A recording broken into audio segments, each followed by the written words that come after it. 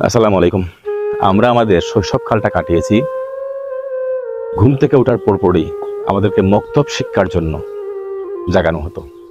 এটা হোক শীতকাল আর হোক গরমকাল, সব সময় সব ঋতুতে সকালবেলা খুব ভোরে ঘুম থেকে উঠেই আমাদেরকে মক্তবের শিক্ষা নিতে হবে। আর সেই সময় মক্তবের শিক্ষাটা নিতে আমাদের এত একটা কষ্ট হতো যেটা আসলে বলার মতো না। তো বাচ্চাকালে আমরা যা বুঝি না বা যা অবান্তর প্রশ্ন মনের মধ্যে জাগতো, কিন্তু আজকে বুঝি মক্তব শিক্ষাটা নেওয়ার ফলে জীবনে কত যে বড় একটা প্রয়োজন এখন পড়তেছে। এই মক্তব শিক্ষার মাধ্যমে উস্তাদকে সম্মান করতে হয়, শিক্ষককে কিভাবে সম্মান করতে হয়, গুরুজনকে কিভাবে সম্মান করতে হয়, সে জিনিসটা প্রথমে শিখি। এবং আমাদের মুসলমানদের প্রথম যে হাতিয়ার বলতে পারেন, যেটা দিয়ে মুসলমানদের যাত্রা শুরু বা যেটার মাধ্যমে মুসলমান তার পরিচয় বহন করে, সেই সালাম, আসসালামু আলাইকুম রহমতুল্লাহ বা আসসালামু আলাইকুম বা আসসালামু আলাইকুম রহমতুল্লাহি ওয়া বারাকাতুহু। এই উচ্চারণগত দিকটা কিন্তু আমরা সেই মক্তবের শিক্ষা থেকেই পূর্ণাঙ্গ রূপে শিক্ষা নিয়েছি। যদি মক্তবে না পড়তাম তাহলে হয়তো এই সালামটাও ঠিক মতো দিতে পারতাম না। আপনারা জেনে আশ্চর্য হবেন বিষয়টা, অনেক মানুষ এখনো আছে তারা সালামের প্রচলনের মধ্য দিয়ে সালামটা কিভাবে দিতে হয়, সালামের সঠিক উচ্চারণটা তারা করতে পারে না। কেন করতে পারে না? হয়তো তাদের মক্তবের শিক্ষার অভাব। সেই মক্তবের শিক্ষার কারণেই আমরা যেভাবে সালামের সহি শুদ্ধ উচ্চারণটা পেয়েছি তারা সেভাবে পারতেছে না। অনেক আছে আসসালামু আলাইকুম মানে একটা অশুদ্ধ উচ্চারণ, যেই উচ্চারণটা আমরা মক্তবে শিখেছি। শুধু তাই নয়, 5 ওয়াক্ত নামাজে কয়টা ফরজ, 5 ওয়াক্ত নামাজের আগে অজু কিভাবে করতে হয়, অজুর কয়টা ফরজ, গোসলের কয়টা ফরজ, এটা কিন্তু আমাদের মক্তবের হাতে করে শিক্ষা। এবং একটা সহি শুদ্ধ সূরাকে কিভাবে পড়তে হবে সেটা কিন্তু আমরা মক্তবের মাধ্যমে শিক্ষা নিয়েছি। যদি মক্তব না থাকতো, আমাদের প্রেক্ষাপট যদি এরকম না থাকতো, আমাদের সকালবেলা যদি মক্তবটা না হতো, তাহলে হয়তো আমরা সেই উচ্চারণগত দিকটা পারতাম না। আমরা হয়তো মক্তবের মাধ্যমে হাফিজ সাহেব হতে পারি নাই, তবে শিক্ষা নেওয়ার ফলে আমরা আল্লামা হতে পারি নাই, আমরা হুজুর হতে পারি নাই। মক্তবে পাঠ দান নেওয়ার ফলে আমরা হয়তো বড় মৌলানা মুফতি হতে পারি নাই, কিন্তু এই মক্তবে পাঠ নেওয়ার ফলে যে স্বাভাবিক মুসলমানের যে আচার আচরণ বা শিক্ষাগত এবং নৈতিকতা যতটুকু জানার প্রয়োজন ছিল আমরা সেটুকু জানতে পেরেছি। এজন্যই আমরা নামাজ পড়তে গিয়ে যে সমস্ত সূরার প্রয়োজন পড়ে সে সমস্ত সূরা সহি শুদ্ধ উচ্চারণ সহ আমরা শিখতে সক্ষম হয়েছি। আজকাল দেখবেন অনেক ক্ষেত্রেই অনেক জায়গায় এই শিক্ষার বিলুপ্তি ঘটতেছে। জানেন না কি কারণে ঘটতেছে? মানুষরা কি এই শিক্ষা সম্পর্কে একদম কতটুকু ওয়াকিবহাল, বা এটা কি আসলে দিন দিন বিলুপ্তির পথের কারণটা কি হয়ে গেছে?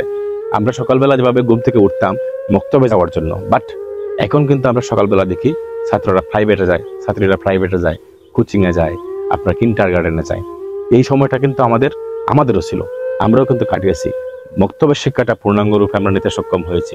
আমার নিজেরও 2-3 জন উস্তাদ ছিল, মক্তবে পালাক্রমে আমরা 2-3 জন উস্তাদ পেয়েছি।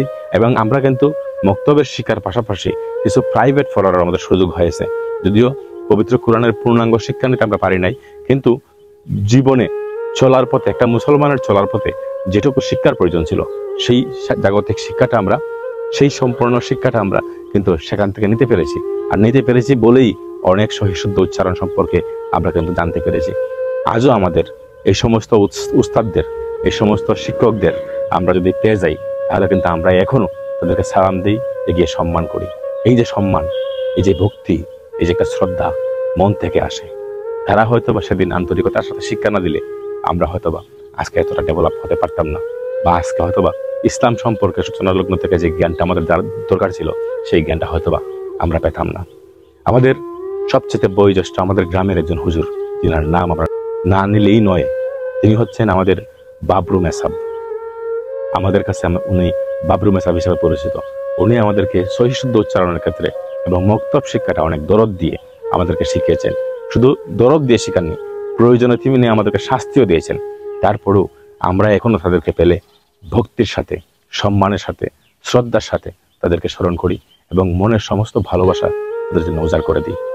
আমরা হয়তো ভালো একজন হুজুর পেয়েছি বলে আজকের অনেক কিছু আমরা সঠিকভাবে উচ্চারণের ক্ষেত্রে অনেক কিছুতে আমরা ইসলামকে জানতে এবং ইসলামকে বুঝতে আমরা অনেকটা ডেভেলপ হয়ে গেছি। দোয়া করি আজকের এই ভিডিওর মাধ্যমে আমাদের বাবরু মেসাবকে আল্লাহ তাআলা দীর্ঘ হায়াত দান করুন এবং আমাদের মধ্যে আরো অনেক দিন বাঁচিয়ে রাখুন।